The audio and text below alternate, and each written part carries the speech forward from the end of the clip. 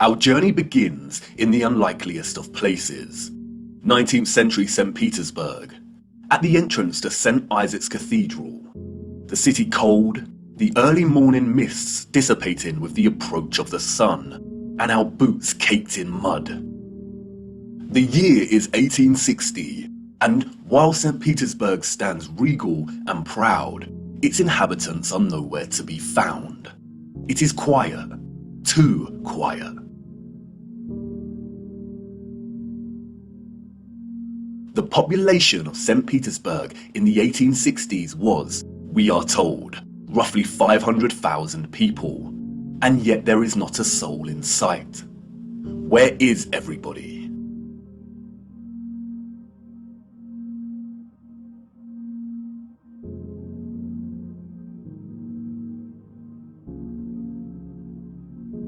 The long shadow of Alexander Column gives us a clue as to the time of the sun's journey above this region. Long shadows only occur during morning or evening. It must be morning, but it appears that no one has surfaced yet. If we travel 400 miles across to Moscow, we see the same thing. Empty, quiet streets. In 1860, Moscow shared a similar population with St. Petersburg, roughly 500,000 citizens. But again, where is everybody?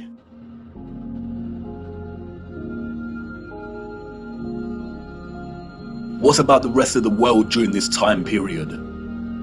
Edinburgh, Scotland, 1840s.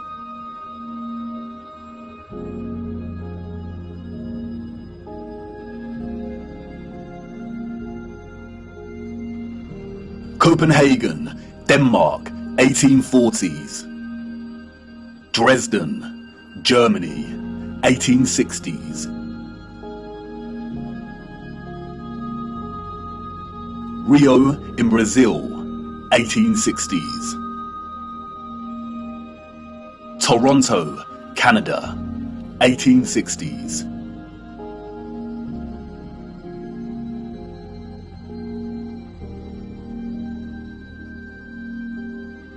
Athens in Greece, 1860s.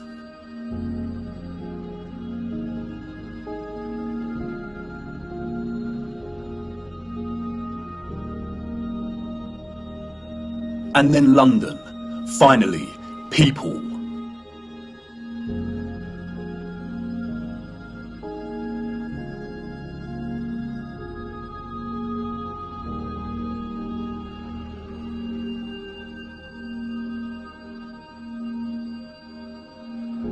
And what about Paris? People, life.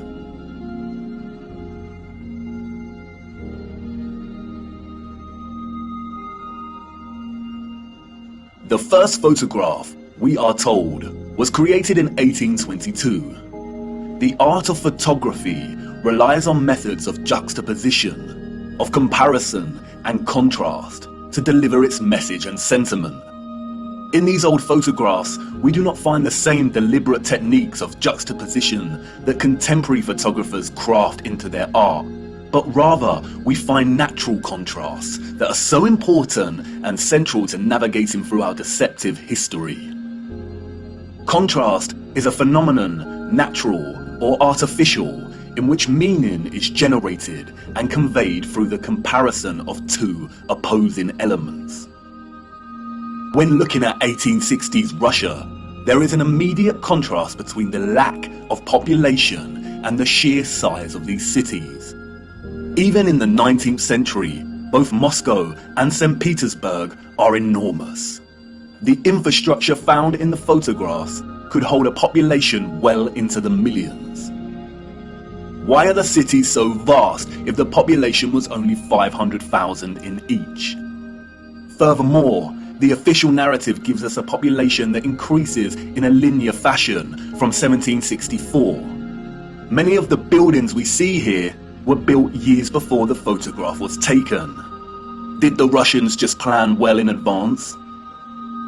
But it's when the population is introduced into these photographs that a new contrast emerges that is staggering.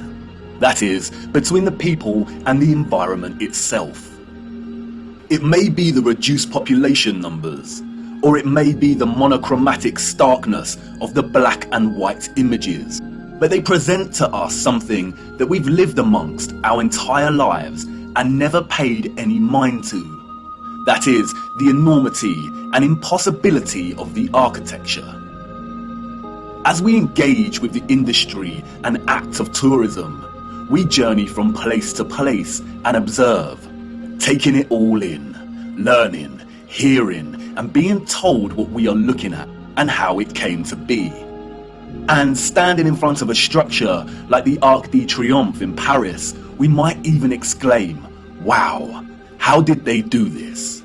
But the moment, inextricably wrapped up in the busyness of the scene, perhaps prevents us from really asking that question with sincerity. Standing in front of a structure like the Arc de Triomphe while the crowd frantically takes pictures on their smartphones makes it all a reality, and we conclude, before being shoved away by new tourists, well, they had to have done it somehow because I'm here and looking at it. During our indoctrination at school, we are seldom shown old photographs of the grand cities scattered around our flat realm. And perhaps for good reason. Because when we marinate on images like this, and are presented with the visual evidence of a very primitive Victorian people, dotted around like grasshoppers, within the shadows of the most magnificent, grandiose, brilliant architecture a human could ever imagine, we begin to have doubts. Indeed, how did they build this? The Arc de Triomphe is made from 36,695 cubic meters of limestone and weighs 95,407 tons, or just over 95 million kilograms. They tell us it took 12 years to build the giant arch in two different periods, between 1806 to 1814 and between 1832 to 1836. How did they transport this amount of limestone with the same horse and carts that we see in the photographs? Look closer at the four sculptures that adorn each of its sides. Look at the intricacy of the sculptures and the patterning of the ornamentation that frames the arch. Each section is perfectly repeated without any deviation or inconsistency. The first true power tool was not invented until 60 years after this arch was completed. They tell us this was crafted by hand. Is that even possible? And then there is the ceiling of the arch. Immaculate 3D sculpted roses, perfect in their geometric symmetry. The nuance of the detail and finesse of each petal and cross-section borders is overwhelming. Look at the rest of Paris during this time. Again, a plethora of unbelievable, gigantic and magnificent structures. The city's infrastructure glorious, and the people and their means of transport primitive, unsophisticated, and seeming not at all developed to the point of producing a city like this. The roads are improperly paved and uneven. They are dirty and muddy. We also see buildings during this period in which the architecture aligns with the inhabitants. Buildings of misshapen proportions, less developed and refined, charming in their own way, but coarse in their use of wood and plaster. This is exactly the type of architecture we expect of a generation of horse and cart. A generation ignorant to the discoveries in technology that would follow in the years to come. Furthermore, at the time of this photograph, the arch is roughly 40 years old since its completion. Yet can you see how worn some of the parts of the structure are?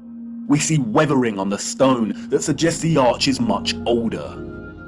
As we approach the late 19th century, we see that the people of Moscow have finally decided to leave their homes and venture out into the streets. The infamous Red Square, now bustling with life. St. Basil's Cathedral and the Spasskaya Tower dominate the frame of the square. The construction of St. Basil's Cathedral began in 1555 and was completed in 1561, a mere 6 years. It suffered a huge fire in 1737 and underwent restoration over a 20-year period. But look at it. What a structure. Almost unreal and like no other. It is composed of thousands of red bricks and tin sheet metal that has been shaped into the distinctive onion domes we see. Look closer at the intricacy of the domes. How did they bend metal to achieve such precision and perfection in the 18th century? And again, if they had the skills and dedication to build a wonder such as this, then why are the conditions of the road so poor and covered in mud? We see these incredible structures and buildings everywhere in 19th century photography. We have the wondrous Crystal Palace of London, a monstrous structure with the greatest area of glass ever seen in a building, and all constructed before England had automatic glass manufacturing. We have Westminster Abbey and Parliament. We have the old Euston Arch, constructed out of pure sandstone in 1837, and streets unpaved and full of mud. Why did these people not prioritize the streets they walked upon? The Frauenkirche, the domed masterpiece of Dresden, Germany. Its intricate and opulent splendor in direct contrast with the beat-up wagons and horse-pulled carts of the people below, a people dependent on the bare necessities, a people completely dwarfed by its size and majesty. The Library of Parliament in Ottawa, Canada, built over a period of 17 years. The first major settlers arrived in 1800, and at the time of construction, the city's population was under 20,000. Would a grand, glorious library really be a priority for settlers? Why does the building look like it's been cropped out of Europe and pasted into Canada? Even at the turn of the century, 40 years before Bosch economized the power tool, we have the old Penn Station in New York. Look at the size of this. Completely mind-blowing proportions. As we can see here in the photograph, each octagonal, sculpted pattern on the arched dome ceiling is larger than one individual human. Look at the gigantic columns and detailed acanthus leaves decorating the tops of each pillar. They tell us this station took 6 years to build. 6 whole years. Yeah, right. Why are we so gullible? Even without access to modern power tools, printable construction pieces, and crane technology, we could not reproduce this today. And more importantly, we don't reproduce this type of architecture today. The official liars of our world have an umbrella term for this type of architecture that we see in North America. They call it historicism.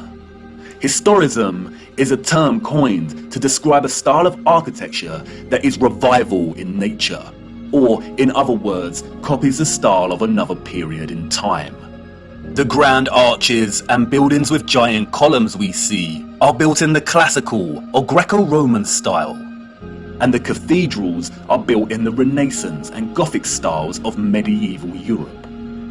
Components of these particular styles of architecture feature large spires, arched windows, towers, turrets, domes, arcaded arches, sculptures, enormous doors, circular geometric windows, columns, clock faces, and bell towers. Traces of this impossible architecture are literally found everywhere, in every city and across our world today.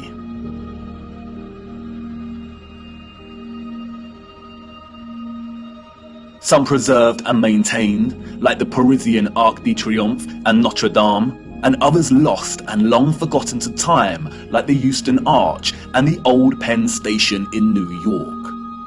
We as a people travel miles to take our own photographs of these wonders. But the photographers of the 19th century gift us with something they would never have expected to give a future generation: perspective. We see a primitive people against a backdrop of clearly advanced architectural infrastructure. The official historians of the world tell us tales of Darwinian evolution and progression between time periods. The people that came after were always more advanced in their ways, refining and redefining the methods of the generation that came before. If the height of innovation and industry during the 19th century was still the horse and car as a means of travel, then, as these photographs tell us, this style of architecture was just as impossible for those living in the centuries before it.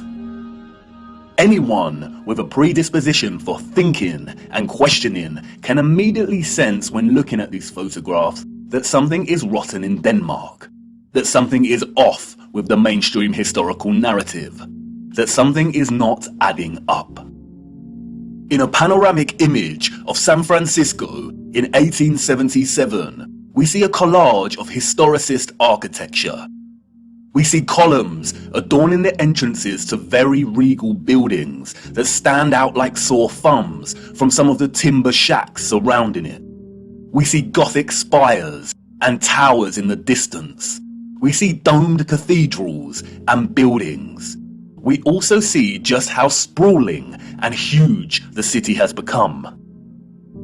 In 1846, there were under 500 Mormon settlers living on the area of land in which we now call San Francisco. It was frontier land and ready for the taking. Between 1848 and 1849, with the start of the California Gold Rush, the population increased from 1,000 people to 25,000 people. 28 years later, this panorama was taken. The population at this time, we are told, was getting close to 200,000.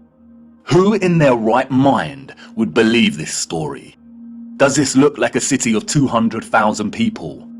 Without any modern technology, power tools, automatic manufacturing, electric motors. A people in a strange, unfounded land, just making their mark. Do we really believe that a burgeoning people built this entire city in just 30 years? And again, such quietness, such stillness. This is a photograph of an empty city. Where are all the people? The shadow of the post here tells us that it is not the early hours of the morning. Short shadows only appear toward midday. A city of this scale at noon should be bustling with life. But there is not a single person in the shot of this panorama. The only life we see is that of a horse without any master in sight. It seems highly unlikely that all the people were told to stay indoors because a cityscape photo shoot was taking place. And this silent scene becomes all the more eerie when we consider that there is intention behind the lens. Someone was there, standing at a vantage point and taking this photograph. But who? And for what? And what are the chances that in the 19th century, during similar decades, we see deserted Russian, European, and North American cities photographed like this?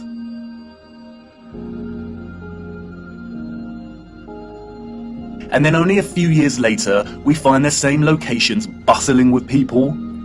A people clearly incapable of building the architecture found in these cities. And what to do with these photographs?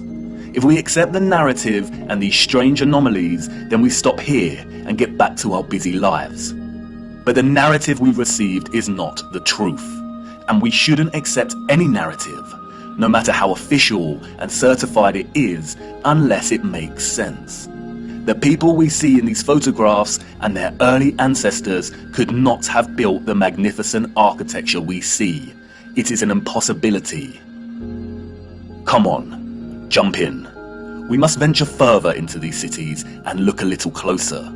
There must be some clues waiting to be uncovered that helps us understand why these cities are empty. Wait, what's that you say? You want to wipe the mud from your boots first? Do not bother, it's a waste of time. Come on, jump in and let's go. For it is the mud that offers us some small clues as to what could have occurred during this time period.